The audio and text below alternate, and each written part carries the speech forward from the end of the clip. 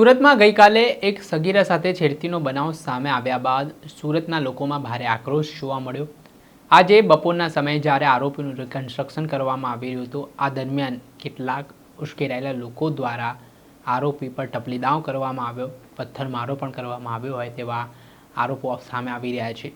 ને સુરતમાં પોલીસ છે તે મા મહેનતે આરોપીને બચાવીને લઈ ગઈ। આજે સમગ્ર ઘટના સામે આવી તેમાં મહિલાઓનો રોષ પણ સામે આવ્યો, જ્યાં ગૃહમંત્રી વિરુદ્ધ સૂત્રોચ્ચાર પણ કરવામાં આવ્યા, પોલીસ વિરુદ્ધ સૂત્રોચ્ચાર કરવામાં આવ્યા અને મામલો ગરમાયો। શું છે આખી ઘટના, વિગતે વાત કરીએ।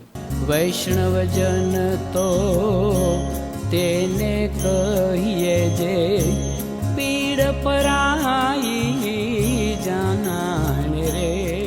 નમસ્કાર દર્શક મિત્રો, નવજીવન ન્યૂઝમાં આપનું સ્વાગત છે।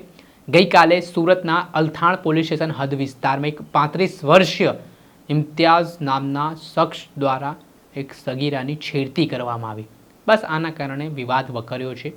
આ ઘટનાના પગલે ગઈકાલે મોટી સંખ્યામાં અલથાણ પોલીસ સ્ટેશન ખાતે પીડિતાના પરિવારજનો અને વિશ્વ હિન્દુ પરિષદ, બજરંગ દળ સહિતના હિન્દુ સંગઠનો છે તેમણે પોલીસ સ્ટેશનનો ઘેરાવ કર્યો, ન્યાયની માંગ કરવામાં આવી અને પરિસ્થિતિ વણસી હતી। આ ઘટનામાં આરોપી સામે છેડતી સહિત અલગ અલગ કલમો હેઠળ ગુનો પણ નોંધવામાં આવ્યો। ત્યાર પછી આજે આરોપીને જ્યારે ઘટનાનું રિકન્સ્ટ્રક્શન માટે લઈ જવામાં આવ્યું હતું તે દરમિયાન લોકોના ટોળે રસ્તા પર ઉમટી પડ્યા। જે બનાવ સ્થળ હતું ત્યાં મોટી માત્રામાં લોકોની ભીડ જોવા મળી ને પરિસ્થિતિ એવી નિર્માણ પામી કે પોલીસના ઉચ્ચ અધિકારીઓ, રેપિડેશન ફોર્સના અધિકારીઓ સહિતના લોકોને સાથે રાખીને આરોપીનું રિકન્સ્ટ્રક્શન કરવું પડ્યું। તો પણ પરિસ્થિતિ બીચકી, જેમાં આજે આરોપીઓ છે તેના પર ટપલી દાવનો પ્રયાસ થયો, સાથે પથ્થરમારો થયો હોય તેવી વાત પણ મળી રહી છે। આને લઈને વિવાદ આ ઘટનાએ ઉગ્ર સ્વરૂપ ધારણ કર્યું હતું।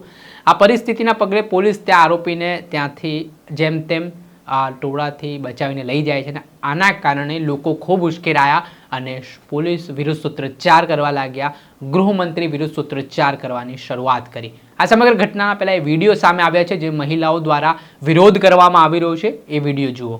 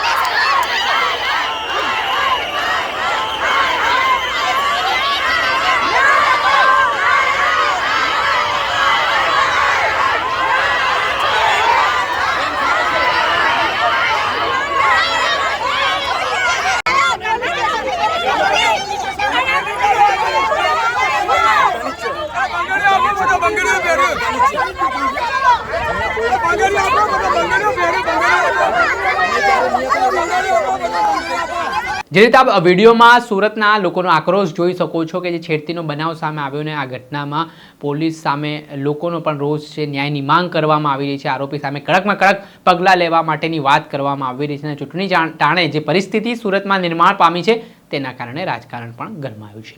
દર્શક મિત્રો, આવા જ નવા વિડીયો સાથે આપને માહિતગાર કરતા રહીશું, એટલે નવજીવન ન્યૂઝ જોતા રહો।